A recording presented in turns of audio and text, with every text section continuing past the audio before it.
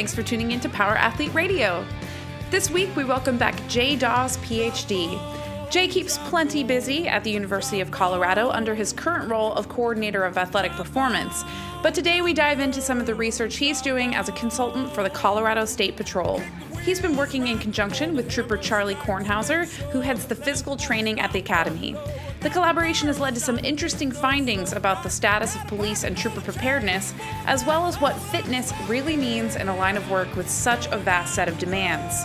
To say that creating the perfect training program for our brothers and sisters in blue is a difficult task is an understatement. Hear how Dawes and Kornhauser embrace the challenge one class of cadets at a time. This is episode 199. Gotta make this run on time. A little while pill for them little white lines. Power Athlete Nation, what is up? John and I are sitting in my kitchen on my newly crafted concrete table. John, say hello, John. What's happening? And then Tex is in Clutch City, right? Or Clutch Town, Houston. Well, it's about to be it's about to be baseball season, so it changes over to Crush City come baseball season. Crush City in Houston.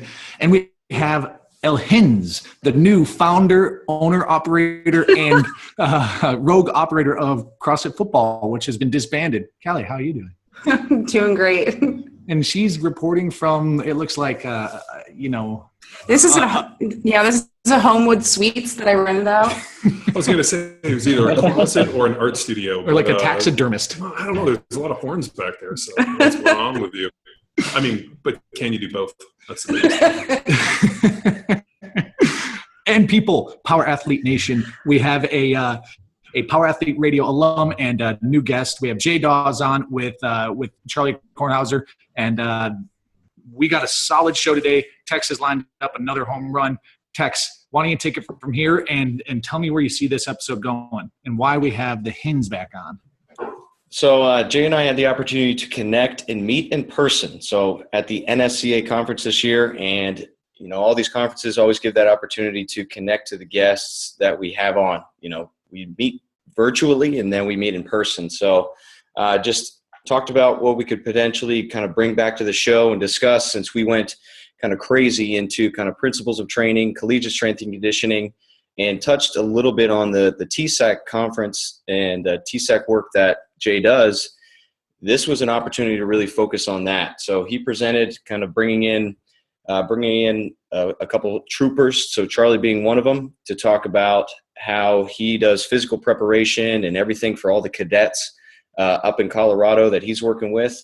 And we know we got a lot of law enforcement and military guys that may run into some of the problems that Charlie's been able to handle. And Jay does his research and all this good stuff. And Jay, I'm sure y'all can explain where y'all met, the connection, and then the goals of y'all's working relationship, and present to our listeners what we can take away this episode. So I'll pass the baton to y'all and let you introduce yourselves. All right, easy enough. Well, I'll tell you what, I'll probably talk less and listen more today. I'll probably let Charlie do a lot of the talking, because this guy, he's doing it every day. But originally we got connected. I was working down in Corpus Christi, Texas for about 3 years, and did a lot with the Corpus Christi Police Department.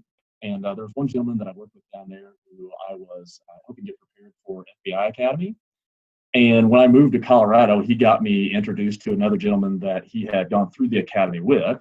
That individual got me connected with both Ryan Holmes and Charlie, and kind of the rest is history. I guess that's been about 3.5 years now. Yeah. And it's been an interesting journey. We've kind of got to dabble in a lot of different areas, as far as physical preparation for law enforcement in particular. The cool thing for me is, as I've said before, just because you're standing in the garage doesn't make you a car. So, from my skill set, I look at it from the performance aspects, the injury prevention aspects. Charlie, he has that skill set as well as actually being a trooper as well. So, as far as working relationship-wise, it's probably, this is the most fun that I get to have in my job, is getting to work with these guys and helping them out. And, really my role is more support. So, if they have challenges and there's things that, they're trying to accomplish, just trying to figure out a way to help support them and get them the information they need to help make good decisions. And it's a real easy working relationship, because, Charlie, I joke about it, more or less, I would almost grant him an unofficial PhD. This guy is just a wealth of knowledge in all these different areas. And This isn't going he's, bad. yeah, he's getting uncomfortable with the amount that I'm putting on him. But no, all kidding aside, man, like this is a great group to work with. Like, they're doing a lot of really, really impressive things. And fortunately, we'll get to speak out at the NSA PSAC conference here in April about some of the stuff that we're doing. But yeah, so you guys will get kind of the prelim on that today and get to hear a little bit more about what we're doing. So. And we invited Miss Hinsman to join us to kind of bridge the gap between her understanding of the Power Athlete methodology approach and then things that she faced, the challenges, kind of integrating her training that she was going to hit with all the education and new responsibilities that she had at the academy. So let's kick it off. Callie, do you have any questions to kind of to lead the way? Nothing specific right now, but I know we were talking a little bit before the show started about the minimum requirements to even get into the academy, and then the physicality of the academy itself. And I think I'm sure Charlie can talk a little bit more on this, how the academies really differ from state to state or department to department, like tremendously. And so I'm just curious as to, in Colorado, does the whole state attend one academy and then it filters out to each department, or does each department put on their own? While I'm aware that a lot of states do all attend a single academy and then go get further training at their respective agencies, in Colorado, each respective agency is responsible for training their officers. So it's all done under the umbrella of Colorado Post, so Peace Officer Standards Training. Colorado Post dictates what the minimum requirements for academies are, but each agency or organization would administrate that in their own accord. So Colorado State Patrol Academy, we're responsible only for Colorado State Troopers and then some other contracted colleges that will have a basic law enforcement training program. But those students coming through are paying to go through or may be sponsored by a different agency, and then the minimum requirements will go to their agency and have to adhere to those standards. But for Colorado, we are specifically responsible as the state patrol for just state troopers. And how many cadets do you have at one time? Is it 150, 300? No, much smaller. It varies from class to class, and a lot of it depends on the fiscal budgets that are available. But currently, right now, we're sitting at 26 cadets in this class, and we run two academies per year. So that 26 is not even close to keeping up with attrition. We'd like to run a lot more, but due to limited applications, limited qualified applicants, fiscal restraints, the numbers are smaller than we'd like to see them. In the past, we've had academies of 50 to 60, and that's about as much as our infrastructure can really handle. But right now, we're sitting at 26, and that number can wane as time goes. So what does some of your training look like so we can kind of lay the groundwork? Do you? Sure. Is this a 3 month, 6 months academy? How long do they last? Yes. So this academy is 22 weeks. 22. So we're just a little bit shy of 6 months. And starting from the very beginning, there's now, this has changed recently, there's now an applicant hiring standard as far as physical. And most of my answers are going to be geared towards the physical arena, as I think that's really what we're here to talk about. But starting at the very beginning, applicants have to meet a standard that is pretty mundane and nominal figures for the most part, I think, to the naked eye. But this standard is now based around injury prevention and prospective injury potential. So cadets have to meet this so that we can say, yes, they're trainable. Then when they come into the academy, starting from the very first week, they have four mornings a week of physical training. And each morning is about 45 minutes in duration. And my counterpart and I that are responsible for administrating the physical standards program really use a blocked model. And we start them off with just general conditioning, movement patterns, getting used to moving their bodies in free space. One of the challenges that I'm sure Callie can speak to, having witnessed this firsthand, is you don't know where these people come from and what their physical background is.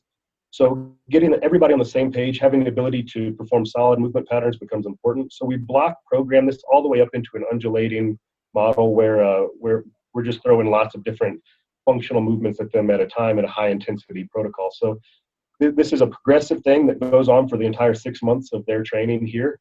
And then they have a different standard they have to meet to hit the road as a trooper. So I'm curious how things have changed over the last 3.5 years when you met Jay. So were there standards in place for you to measure success, aptitude over that 6 months period, 22-week period? And then how have things changed over the last 3.5 years for what you got? Change is probably the most underrated term that I could even use to describe what has happened in the past 3.5 years. So as far as the training that a cadet would experience within the 6 months, the training probably hasn't differed a whole lot, because what it takes for Colorado State Patrol Training Academy to roll out a qualified trooper hasn't changed. However, how we pre-qualify that person and then how we substantiate those qualifications, those descriptions have changed tremendously.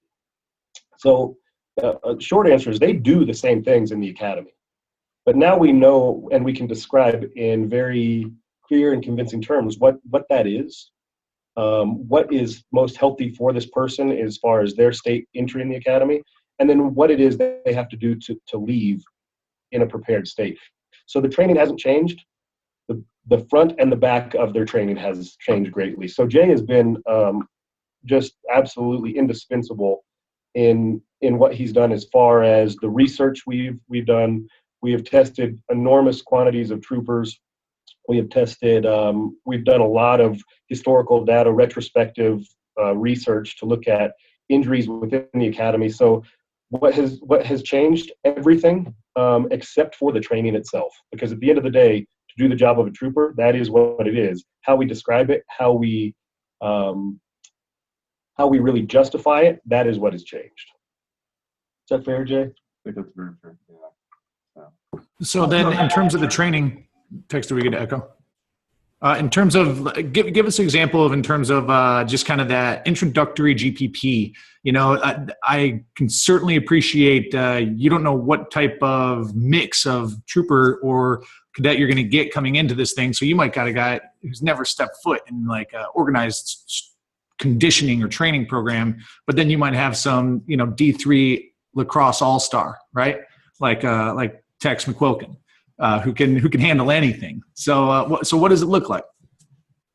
That's a really good question, and I think the part that I'm most entertained by is we take for granted a lot what in shape means.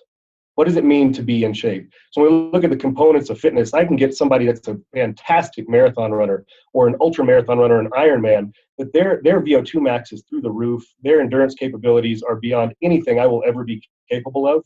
That does not mean that they are a substantially qualified tactical athlete. So when we're talking about a tactical athlete, this is something that transcends different components of fitness and goes across the board. So the first thing I want to say is I don't think we should ever take for granted what in shape means. Just because somebody's a great power lifter or a great endurance athlete doesn't mean they can do the things in between those two spectrums. So the training really starts to incorporate all of the components of fitness. Looking at metabolic pathways is my favorite model of fitness assessments, and making sure that we're training people across all three of the metabolic pathways, because that's something that people don't really train for, and something that I think is necessary for the tactical athlete. Because what a trooper may be called upon to do on a daily basis is 100% unknown. Who knows what they're going to be called upon to do? They may have to push a car, they may have to run a mile, and anything in between, including 100% stagnation. So having the ability to do those things efficiently is something that same D3 lacrosse athlete may or may not have the ability to do. So the first thing I have to say is we just don't take anything for granted. I mean, policemen are power athletes for sure. Callie, can you attest to any, I guess, things that you learned that are just lessons that either you found a connection that the academy was teaching just in a different, I guess, vernacular, but the same principle? As I mentioned to them before the show, our physical training was replaced with a lot of crisis intervention training, and that was due to being under the supervision of the DOJ.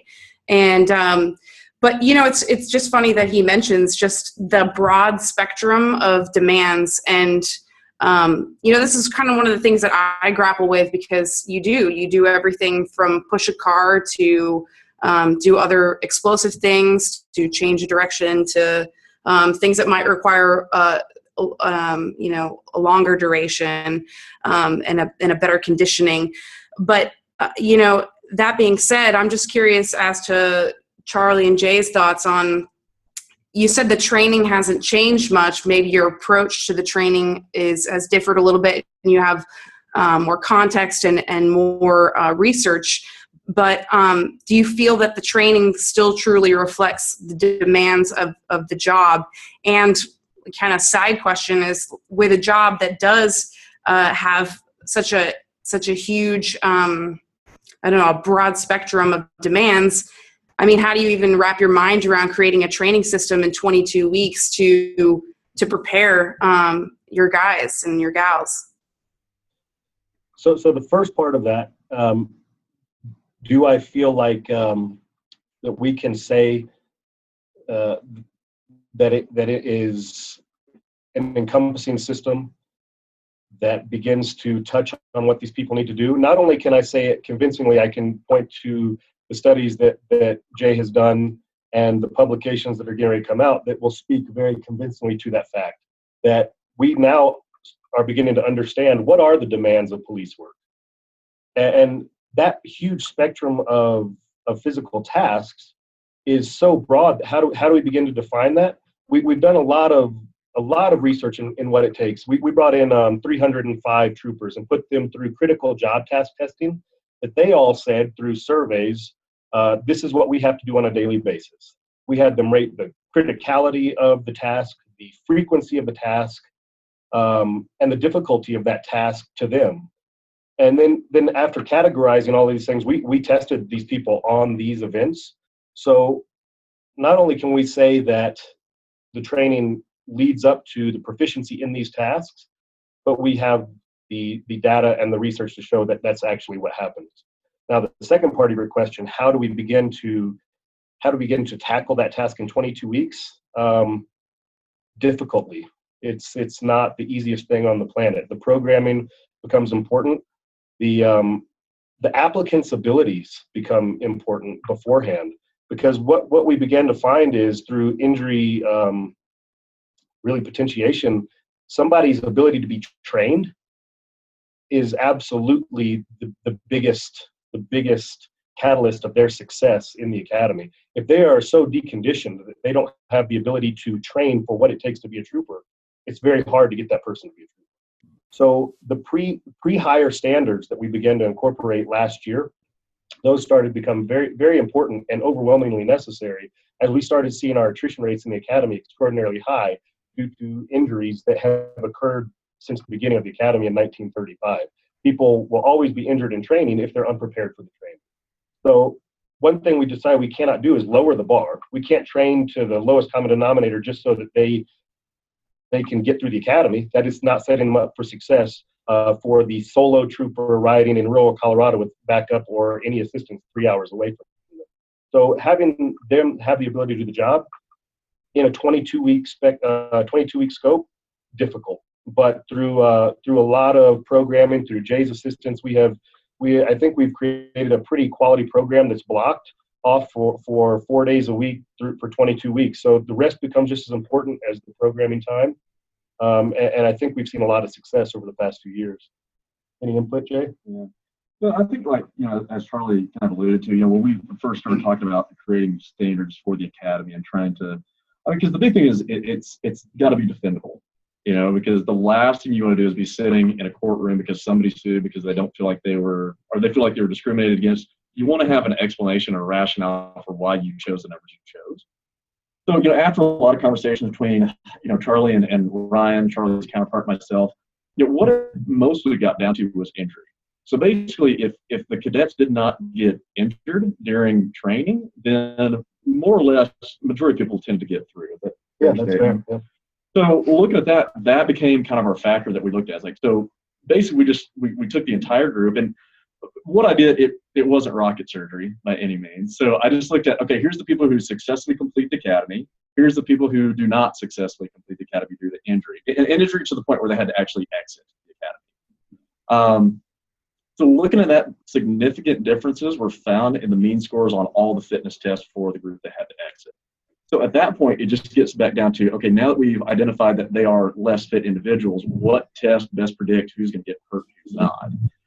So after going through some different types of statistical analysis and things like that, what we ended up doing is we found that the beep test, or the 20-meter multi-stage fitness test, was probably our best predictor. Right along with push-ups was number 2. So, one of the big challenges is, with push-ups, there's always like this various connotation that it's going to discriminate against females and things of that nature. So we didn't want to necessarily just hang our hat on that. And plus, push-ups wasn't really the best predictor in and of itself. But what we found is like the multi-stage fitness test, if you scored under 39 shuttles on that, there was a 58% chance that you were not going to complete the academy successfully. With push-ups, if you had under 32, there was a 28% chance that you wouldn't get through successfully. But once we combined both those numbers, it went up to an 83% likelihood that you're not going to make it through. So long story short, what it gets down to is like, if you're terrible at endurance, you better be really good at your push-ups, muscular endurance. If you're terrible at this, then you better be good at that. If you're bad at both, it's probably better to go home, get more fit, and come back next time. So the good thing about it is and the approach that we've taken is it's more of a duty of care standpoint. Because, as professionals, like if we know that this individual is, one, more likely to get hurt, not successfully complete the academy, do we have some kind of responsibility to them to protect them from themselves, basically? So, it's one of those things where, and we've talked about this before, I'm sure at some point it will get challenged. But at this stage of the game, I'm pretty darn confident with our standard and what we came up with. We did a validation study. So that was based off of 3 years of data. We recently did a validation study on the group that came in July. And so basically, Charlie and Ryan, they wrote down all the names of the individuals who, based on our prediction, would not make it through. I think what were 11 out of 12? 11 out of 12. Yeah. So we predicted accurately 11 out of 12 individuals who did not make it based on their fitness level. And then I think the other person was basically, due to some of the, obviously, cops are on, being attacked right now. And I think it was after some of the shootings in Baton Rouge and whatnot, they came back and they just said, our family doesn't want me doing that. I think that was kind of the gist of it. But so we're really, really confident with kind of our entry level standard and where we are with that. At this stage, now we're trying to look at, I guess kind of backing up, the big thing that we're looking at is like, we're not necessarily assessing whether you're going to be a good officer or not within that. We're just assessing your ability to train. So do you have the capacity to get through this training block? We're not saying you're going to be great at the job. We're just saying that you can get through the training. And then, if we know you can get through the training, it kind of falls on the responsibility of the instructors to make the assessment as to whether they're going to be proficient in their skill set when they get on the job. This is kind of an analog to just a training camp for a sport, let's say football, high school football, college football, right?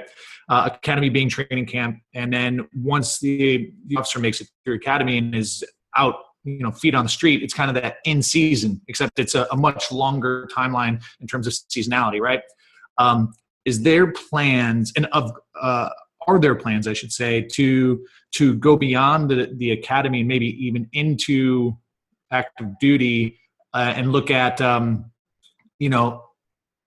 guess injury rates due to non-combative scenarios or something like that, where training could have mitigated some sort of injury response to a physical task in the field. Does that make sense? Absolutely. Charlie, I'll let you take that. Yeah, I think that makes perfect sense. And yes, that is absolutely something we have started looking at. But right off the bat, I'm going to tell you that one of the big problems that I think we will run into is that unknown element of a trooper or officer's daily tasks. So one ability we had in the academy scenario was we could look at injury potential in a very known and prescribed environment. We know exactly what it is a cadet will be doing long before they ever do that event. So when we're looking at injury trends, what is causing the injury? Why is it causing an injury? And then how do we mitigate that process?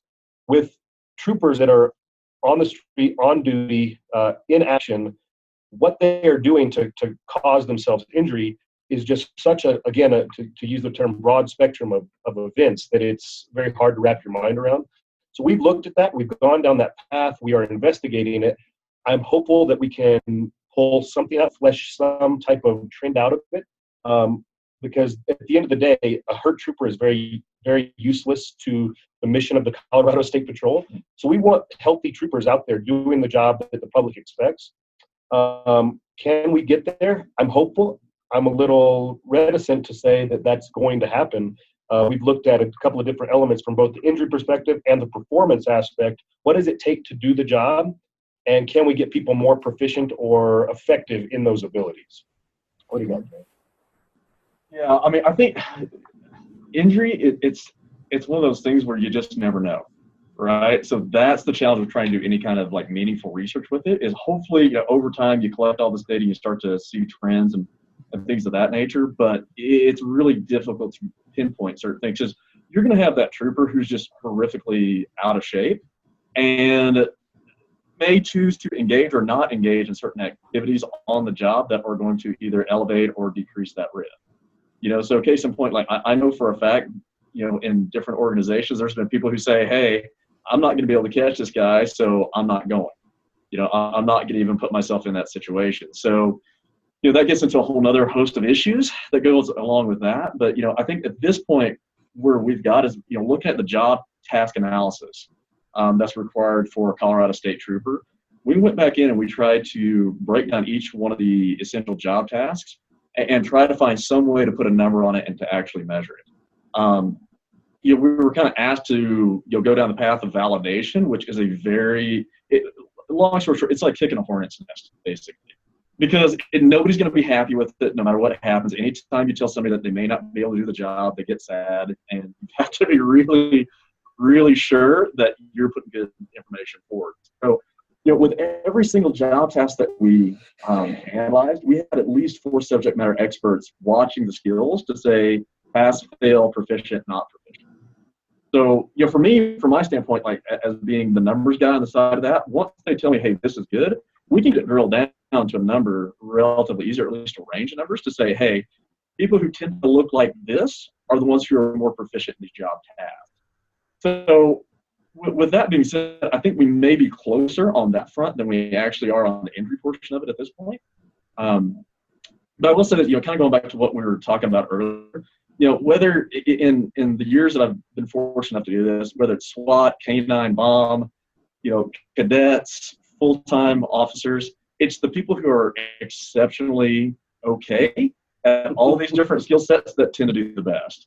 So it's not necessarily the strongest or the most powerful that are the best. It's not the ones who endure, marathon capacity that are the best. It's the people across the board that are pretty remarkably average in everything that tend to do well, because they're pretty good at a lot of different things. And I think, as Charlie spoke to, with the diversity of the skill sets necessary, you kind of want to have that athlete, if you will, that's going to be able to accommodate and handle a lot of different scenarios and a lot of different situations. Remarkably average, Callie. That's good news for you. I mean, that's how I describe you to all my friends who ask about you. That's also how I describe myself. So that's great. I think another kind of intangible with the physical training aspect of all of this is, there's the physical carryover to the unknown, unknowable.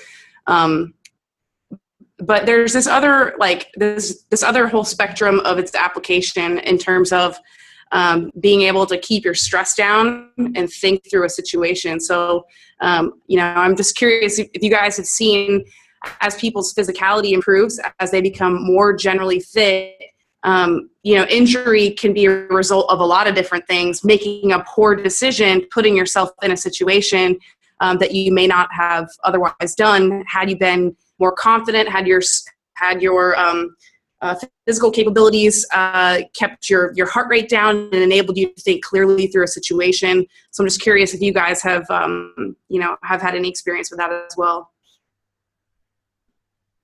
How long do we have for this conversation? Are we looking like an 8-hour conversation? Because we might start scratching the surface if we're 8-9 hours. Yeah. Real quickly, we have looked at some of these things, and we've had I think probably the best way to describe it is kind of like an enough validation. We've had a panel of experts watch people through events and rate their decision making under fatigue in stressful situations, and it's something that's pretty overwhelming. We know anecdotally that the more fit person has more reserve. They have more gas in the tank. They're able to make healthier and better decisions when they're under stress. And just like you alluded to, Callie, some of the intangibles, some of their training, their experience, these are all things that start weighing in there. All things being equal, I would rather have more gas in the tank and rely on that to make a better decision. But there are so many different things that come into this. When we were looking at that, it's something that we will begin to flesh out over time. I can tell you right now, we have no definitive answers. At least I don't think so on that topic. No, I mean, as far as an assessment goes, it gets really, really tricky as far as how you assess it from a defensible standpoint.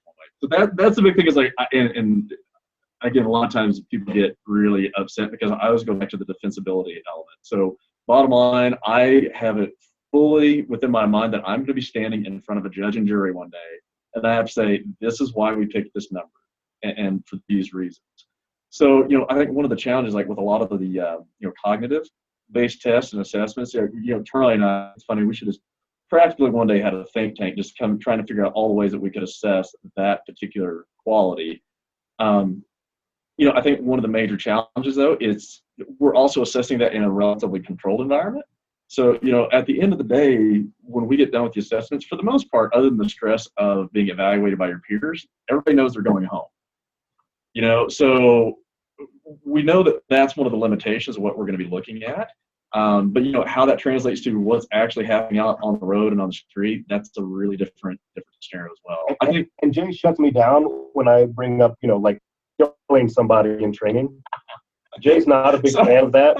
He feels like we might get sued or something. So apparently we have to keep it relatively clinical. So just for the record, I really wanted to thank you guys. I was going to ask you one question. Do you find it interesting or a little depressing the fact that the majority of your job is put into light to try to make it defensible in court, to tell people that they're out of shape and unable to do the job, that all of these resources and times and your efforts, and you guys are intelligent guys, are meant for somebody to cover their ass above you instead of looking at how to make state troopers better, more qualified. Like Universal Soldier, old movie. Remember that with Van Damme? Well, no, I mean, it's I kind of play this little game anytime I interact with any police, and I've worked with law enforcement quite often. I always think, if this was a stressful situation, could this person catch me, or two, could they actually fight me off? And I actually was Tony Blauer. You guys know Tony does the spear stuff. Tony had a class this weekend for the law enforcement, and I went over and joined in and hung out with a bunch of cops that were there, and I got to actually do some force-on-force stuff with them. And it was pretty interesting where after about 2 seconds, every one of them was like, I would shoot you. And I was like, well, you have to be able to get your gun out. And that was a big thing in a tussle. It was pretty interesting, but, asking, and I kind of probed all these guys and said, hey, what's your biggest drive in training? And their whole deal was, it should be for every cop is to go home at the end of your shift, which is, what Sean Connery said at the, for the Untouchables.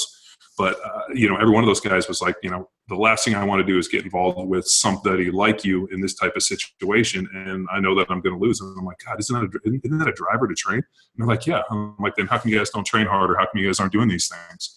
And, it was always time, budget, all, every other excuse. And so as I'm sitting here listening to this, I'm thinking to myself, somebody above you guys doesn't want to get sued. So they put you guys in a position to analyze all this information and find the best way to attack it so that you guys can make it defensible in court, which to me is a fucking travesty of use for you guys. Yeah, for your resources. Yeah, of resources and that. And all it came down to is we don't really know what you guys are going to encounter out on the street, even though we've, role played, game planned, looked at every single scenario. We don't know what you're going to encounter. And Callie was my favorite. I remember, after she'd been on the force for 5 or 6 months, I was like, is it like you thought? And she's like, no. And the story, she's like, I don't know how we would ever train for this. And she actually brought up a point that they stopped doing PT and they were doing crisis management. Callie, what does that mean? Does that mean sitting around talking like kumbaya and talking about feelings and how not to hurt feelings instead of training? Yeah, I'm not sure if I can legally describe it as that, but it's not kumbaya. It's not kumbaya, John. It's crisis intervention, okay? Dealing with people's mental illnesses and an array of mental health issues. Is that because a lot of the tasks, like the engagement in your area is with that with people that are on drugs and potentially mentally unstable? The basis for it is the basis for it is arm police officers with the ability to de-escalate situations with people who are otherwise they're in crisis, which is a super broad term, right? But it's not to escalate things. In other words, if you can't control someone's actions, their behaviors, the way the disturbance that they're causing, the idea is that the old school mentality was that, well, then we'll have to use control tactics or force to control the situation. And the new thought is that if we can de-escalate through verbalization techniques and other active listening and things like that, that hopefully we can turn the situation around without escalating and using force. And so, So you're saying that both you guys are just trying to really. I feel like you guys are like, like listening to this. It seems like you remember at recess when we were little kids, there were like the adults that were there that had whistles. What were they called? Like the yard duties. I mean, it's basically what you guys are talking. I mean, like something like that. Well, I mean, I think that it's more of a formality that they incorporate it in a lot of training now, because I think Charlie can probably attest to this. Police officers and troopers have been doing this for forever, right? And it can be a learned skill, but it's more of something that you just learn through experience, right? I mean, it's like when you have kids, you learn, nothing really prepares you for it. You just learn you could have taken all sorts of parenting classes beforehand, but nothing's going to prepare you for a completely out of control situation where you know that you really shouldn't be like punching your kids in the mouth, and so you have to equip yourself with other tools. And so this is kind of like a cover your bases thing. So I guess, Jay, Charlie, I don't know, the general response, do you feel that you're stifled into kind of misappropriating your expertise, or do you think that it all kind of builds upon each other to help the end state of an officer on duty? Honestly, man, it builds on itself. So when I was in Corpus Christi, I was actually part of what I did was boots on the ground working with the cadets. So similar to what Charlie does here. But I came in from the university and I assisted their instructors there. So down there, they were going through the same thing. They were going through a lawsuit situation where basically there was 5 female cadets that sued the city because they could not do 22 push-ups. And I was asked, is that unreasonable? I said, well, it's not unreasonable, but I can't prove it makes you a good officer. So that kind of lies the challenge with that from a defensibility standpoint, because they basically thought it was a weed out tool to not have these, not have females in the force. So, that was a whole road that we went down. And long story short, what I told them was like, look, here's the minimum standards that you guys have set to get through your academy. The reality of it is this is a minimal standard, and I'm not training you to meet this standard. I'm training you to meet what capacity I think you'd have to be on the street. Because for me, I have a vested interest. One, I want you to come home safe for you and your family. But 2, you might be coming to protect mine. And when you get out there, I damn well want to be happy to see you and not go, oh, crap. It's I'll just handle it myself. That's a bad look. So, for me, that's always in the back of my mind. That's my standard is if this person were to show up and my family's an emergency situation, is this going to be a good situation? Am I happy to see them? So I was trained that, and I think I can brought that up to the cadets here as well, even though I'm not directly involved with the training here. But, that, to me, that is what it always gets down to. One of the other thing that's a little bit more of a touchy subject is looking at with females in particular. And, Callie will be able to attest to this. Unfortunately, a lot of times, some of the females that are recruited, physical capacity-wise, they may not be at the capacity level that is necessary in order to get through the academy successfully and to be proficient as an officer. Doesn't mean they can't do it. It's fully within their abilities. It's just they're not there yet. So, one of the challenges that I have there is, and I flat out will told the female cadets that we had in Corpus, look, the bottom line is whether you like it or not, if you have an individual who is in a situation where they may have the idea that they want to run or they're going to try and avoid this situation, and they see a female step out of that car, you're probably going to be a target. So unfortunately, you've got to be better than what's expected of you here, because odds are you may be even more danger than this person, because they don't know what your skill set is. They just, a guy, big dude gets out, they see a female, okay, here's an opportunity for me. So that's what I told us, like, we want to make sure you're badass and you can handle that. And, from the skill set standpoint, I don't deal with the defensive tactics and all that. That's what they learn in the academy with, people who are qualified to do that.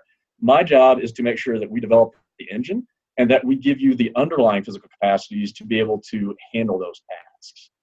So, and Charlie, I don't know, your thoughts? Your question of do I feel stifled on this topic? Not even remotely. Not even close. More than anything, I see this as a major opportunity because we have, through the overwhelming tendency of bureaucracies to, and like you just said, stifle their people, we have created this culture that causes people to feel very entitled. And by the way, these are my opinions and do not necessarily reflect the opinion of the Colorado State Patrol or its command staff. So we have created this culture that causes people to feel like, hey, I didn't get to play in that game and I wanted to play, so this is unfair.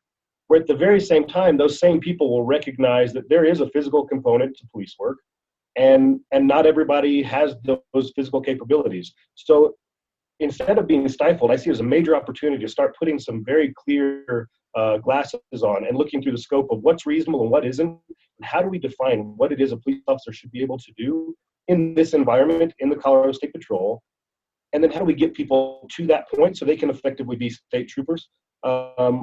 There are a lot of legal demands. We work in this legal environment that causes us to have to use words like defendable and defensible and worry about those things on a moment-to-moment basis, while at the same time we have this vast opportunity in front of us to prepare people in the most reasonable way possible to do the job that the public expects. So that's where I start drawing the line is what is it the public expects and how do we get our people there in the best way possible? Text we got. Good.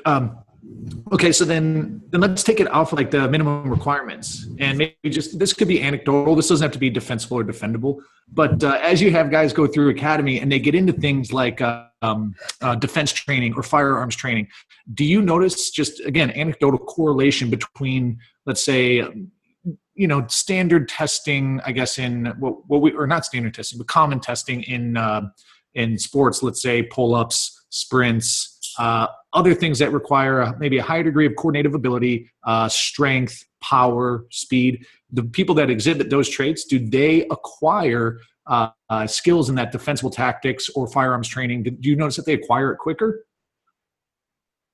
I'm not sure if I'm sorry, I live my life in terms of very specific terms. I don't know if I can say they get there quicker. What I can say is people that do certain physical tasks better do the other physical tasks better. So is the person that's better, does more push-ups, can run faster, can run farther, they can jump higher. Are they better at physical, like defensive tactics?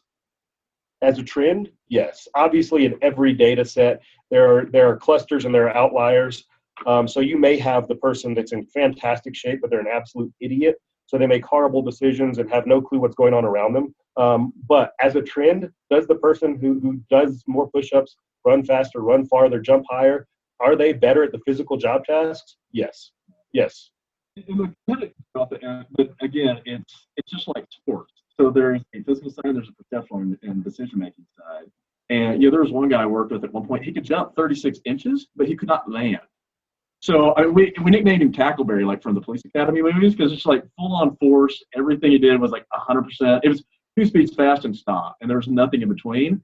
And it was one of those things like, dude, we just got to get you to turn on the governor here, like, and realize that you got to control this a little bit. That's why he did not make it. But as Charlie was saying, I think through some of the analysis that we're looking at, just if you look at the upper 75 to 100% or the people who are in that range versus the bottom quartile, there are definitive difference in fitness levels between people who are performing more successfully on the skills-based tests that are specific to policing versus the ones that do not.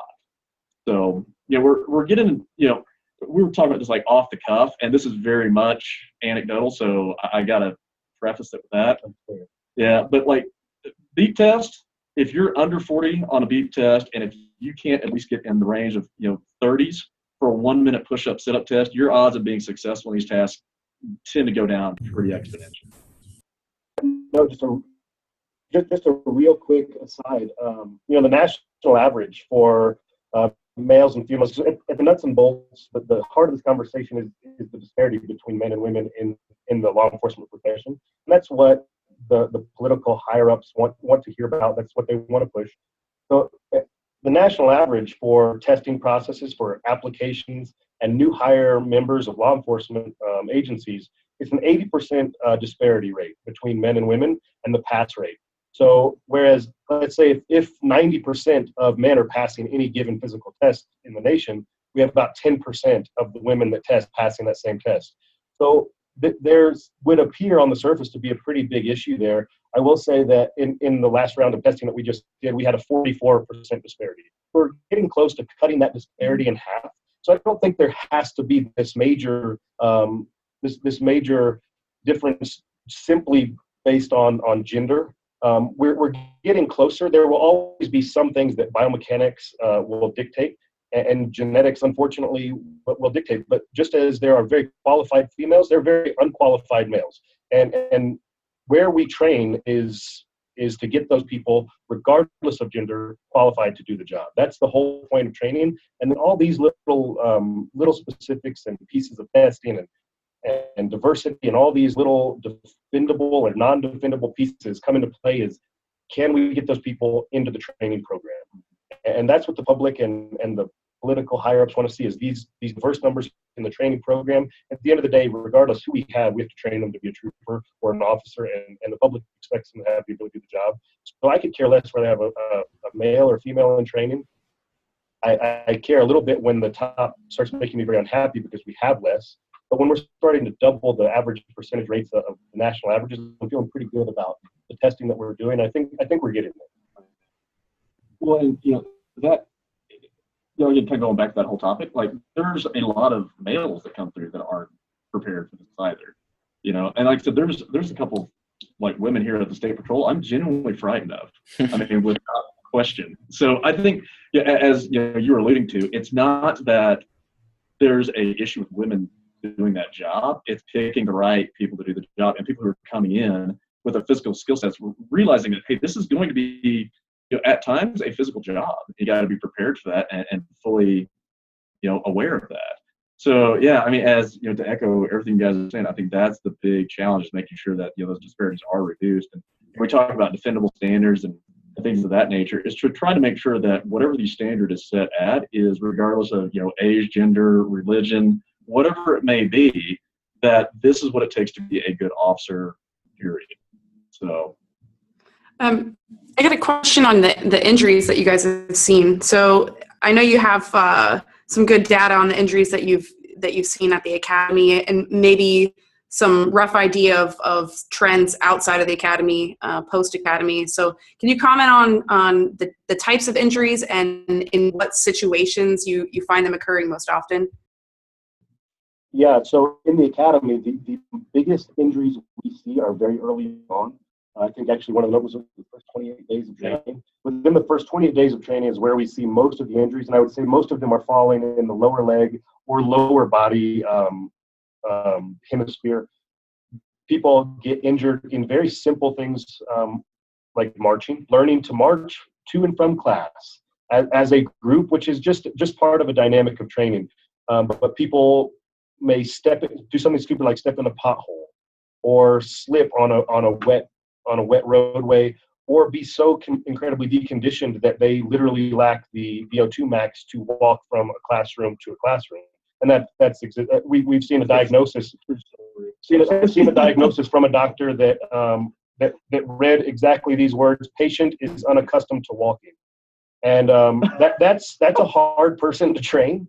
Now, once they get out into the field, the trends are not just these lower body joint related injuries, muscular strains in the lower body. We see a lot of chronically injured backs. We see a lot of shoulder injuries, a lot of knee injuries, but these go all over the board once they get out, because again, the trend doesn't exist because the job is unprescribed. I think a lot of them also just being over the lifespan. Like if you look at just general injury trends in human beings, it's those areas. It doesn't help the fact that you have additional load carriage that you have to wear on a daily basis. That's in excess, sometimes we've seen anywhere from, roughly 8 to 10 kilo that they're having to, carry strapped onto them. So that just creates additional physiological on the system and on the body. And we talked about before, it more or less it's like having, 20 to 25 pounds of fat on your body because it doesn't contribute to force production. It just creates more physiological burden. So, downstream effect is you start seeing all those little potential hotspot injury areas getting aggravated, and depending on how much time they're on their feet or not on their feet, maybe to a quicker or lesser rate. I would even make the argument, as hard as it is to carry on that around, and have that weight just sitting there on you in a bad position. So it's I think over the last, I think injury wise and injury prevention, we try to look at a lot of the things that are just going to make them healthier human beings overall, and really have that wellness focus of kyphosis is a big deal because you're sitting in all day long. Duty belt, that's going to throw into an anterior tilt, and there's a lot of little things that are the cost of doing the job for these folks that have a lot of additional wear and tear on the system. So, by the unaccustomed to walking, please don't fear for the public of Colorado. They're not a trooper, but that does get a little scary when you see things like that. I thought you may have to walk a little bit in the academy. So. I thought you guys were going to say that the leading injury at the academy at the start was just general butt hurt. Yeah, hurt feelings. I thought it was actually asthma. Colorado. I just wanted to know: do they do drug testing? Seeing as marijuana is like legal recreational, I just wondered if there's a drug testing thing. Maybe it's asthma. Or just confusion. we don't know how much I was praying before we came into this, that wouldn't even come up at all. I don't know if there's a topic I hate more than that, so let's just move right past it. Now, is that your opinion or the opinion of those above you and your superiors? All right, so I do have a follow-up to avoid that, but so 22 weeks, and we posed this question before the show. Somebody gets hurt, say it's week 4, 5, 6, they're going to be out for a significant amount of time, but you still have 22 weeks to prepare them, not only skill, but also physically. So what's your approach to kind of keeping everybody, I guess, fit to the best of their ability as they're teaching these new skills and then holding them to the same standard as they approach the end? So right off the bat, I'll go back to the not taking anything for granted piece, and not taking any of the components of fitness for granted. So when we train them across the board in let's say the 10 general physical skills or 10 components of fitness, or across the 3 metabolic pathways, when we start getting people pretty leveled out, this really provides a good foundation for training. So if they do become hurt, and they get hurt early on, if they miss enough time in training, then they're not going to get to keep playing. They lose their spot. They might have to come back to another academy. And I'll tell you that the state of Colorado will very happily pay for their injuries, and they will pay for their rehabilitation, and they will keep a position within the Colorado State Patrol for the next academy position. But once they've missed too much time and are too far behind the curve in skill sets or in classes that are required, they don't get to keep participating. We'll roll them over or offer them another job, or say, if this isn't working for you, it's not working for us either, and hopefully you can find something that's more suited to your skill set. But generally speaking, when we set this very general foundation for physical fitness, that tends to play well for people of all backgrounds, and they start developing the necessary skill sets to be based upon being a jack of all trades and a tactical athlete across the spectrum of physical needs. Yeah, I think one thing kind of to build off that too. I think that's one thing that people don't necessarily take into account is what's the downstream effect from all that. So an injured cadet, that basically was a cadet that was going to be promised to another patrol or another station that group doesn't get anymore.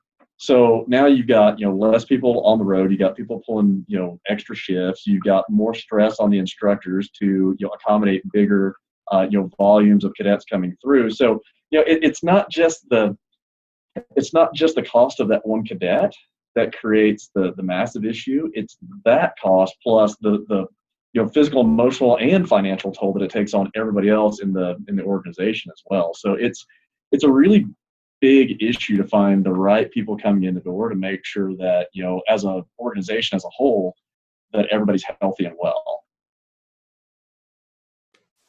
Well, I think it's safe to say that at least if you're in Colorado and you want to be a cop, you better be beep testing your butt off and doing push-ups every day, because I mean, that's your starting point, right? And then from there, Charlie, you take over and you make them a machine, right?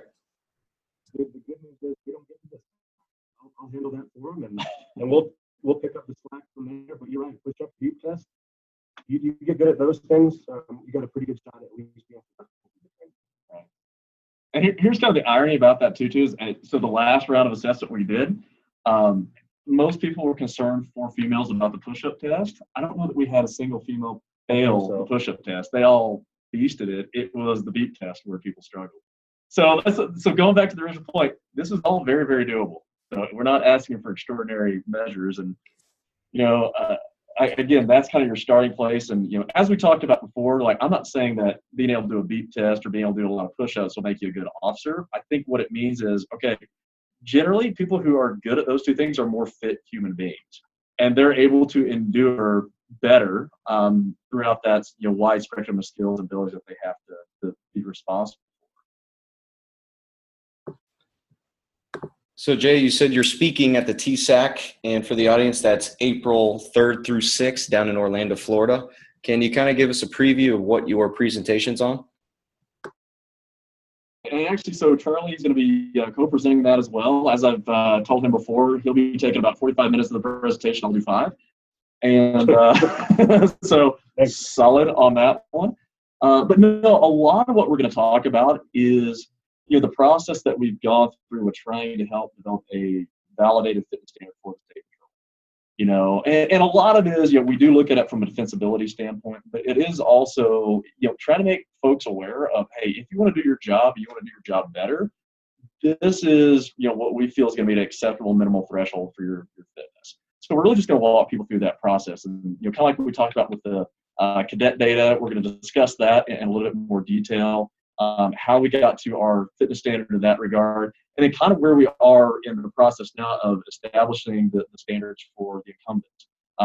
So, the actual boots on the ground officers and trying to help them come up with an acceptable fitness standard to make sure that they're, fit for duty.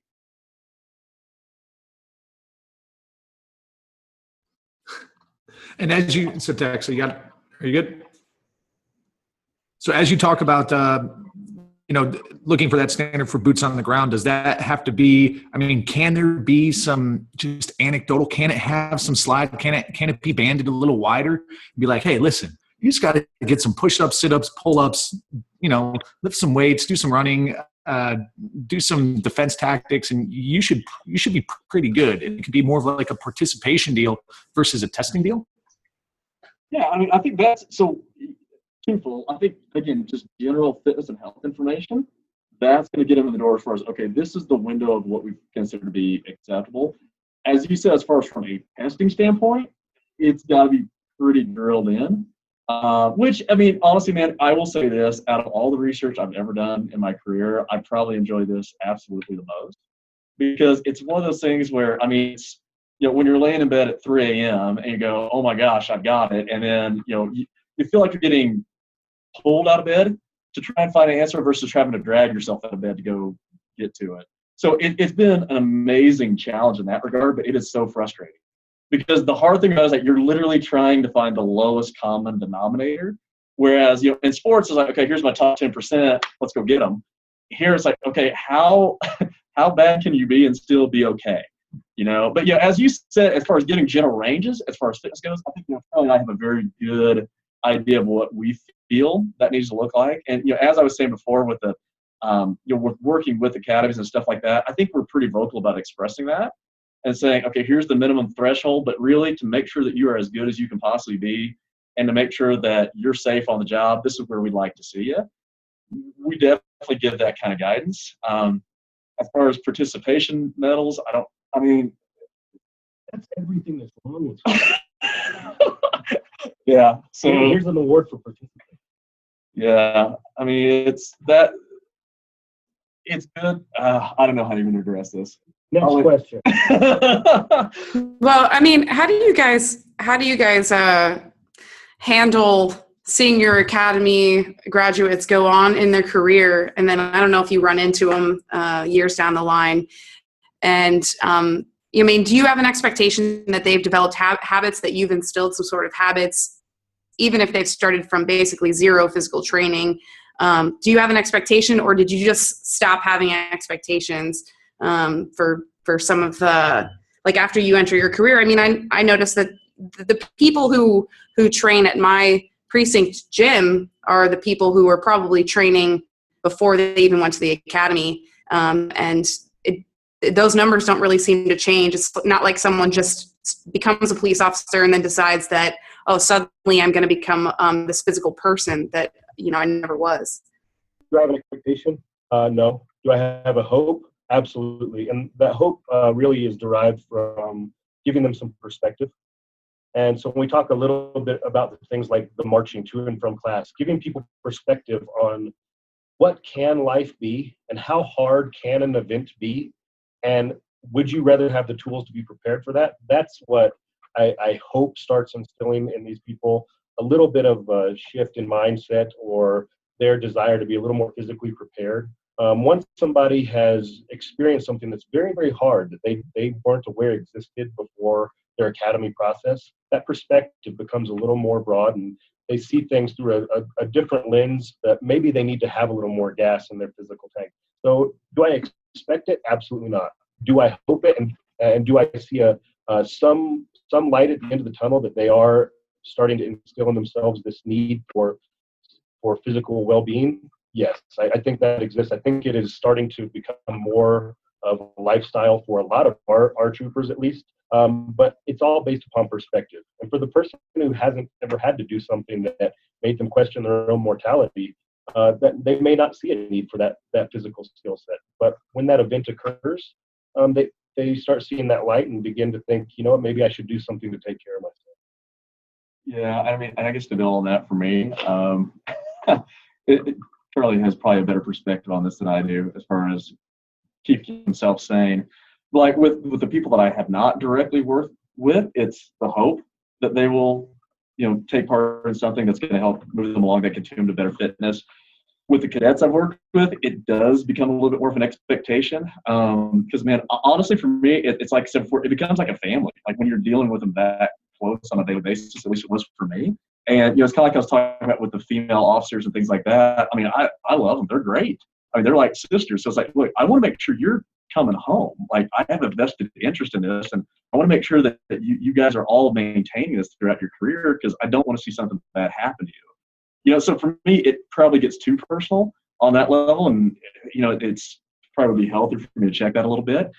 But, yeah, I mean, I think my expectation and my hope is that starting early with those cadet classes and changing the culture of the organization is going to have that downstream effect that we talked about before. Because realistically, within a 10-year cycle, you change the face of an organization in a lot of cases. And as these cadets start coming out into the workforce, if, taking care of themselves from a health and wellness perspective and trying to maintain their fitness over the course of their career becomes the expectation, then hopefully, that changes the entire culture of the group, and it's just what you do at that point. And, I think even, the other hope I'd have is, like, even beyond the fitness aspect of it is the health and wellness aspect.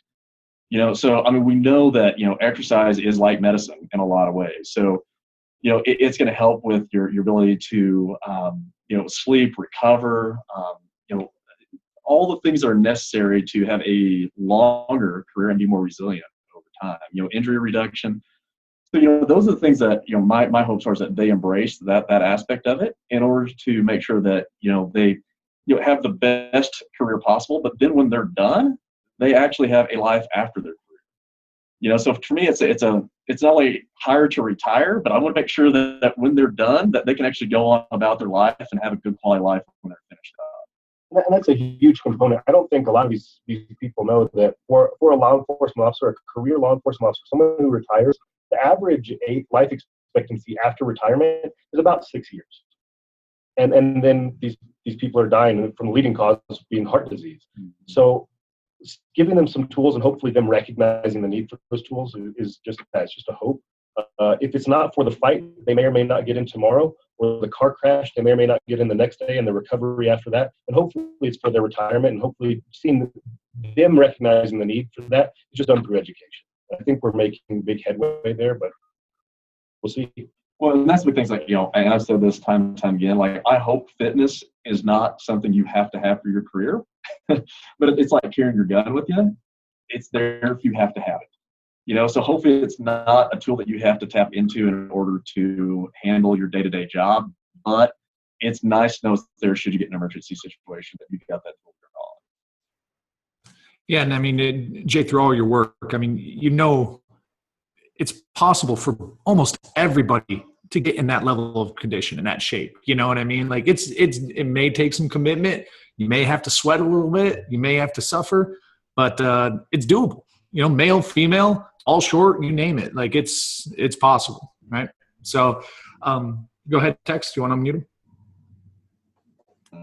So I was going to say one really, really interesting thing that we're starting to find out too from all the research that Charlie and I and Ryan Holmes have been doing is that over the course of a career, there are certain things that you will see differences in age brackets where, with the older officers, vertical jump maybe a little bit lower, push-ups maybe a little bit less. I will say this, overall, consistently, they still are well above the norm, at least with the state patrol, or if you look at the average population.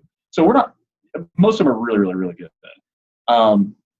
But the thing that has been really interesting is we've taken out age as a covariate and weight and went back in and looked at the data. And what we're finding is it's less age and it's more weight that becomes the issue. So really what it gets down to is like, okay, it's not that you're getting older, it's that the people in this age bracket tend to be a little bit heavier. So weight management and a good weight management strategy may be your best opportunity to have a longer career and perform at a higher level. So really, like, age is not necessarily the be-all, end-all issue, and it's not 100% an excuse. Yeah, and it's weight is also a variable that can be controlled by activity. Shocker, right?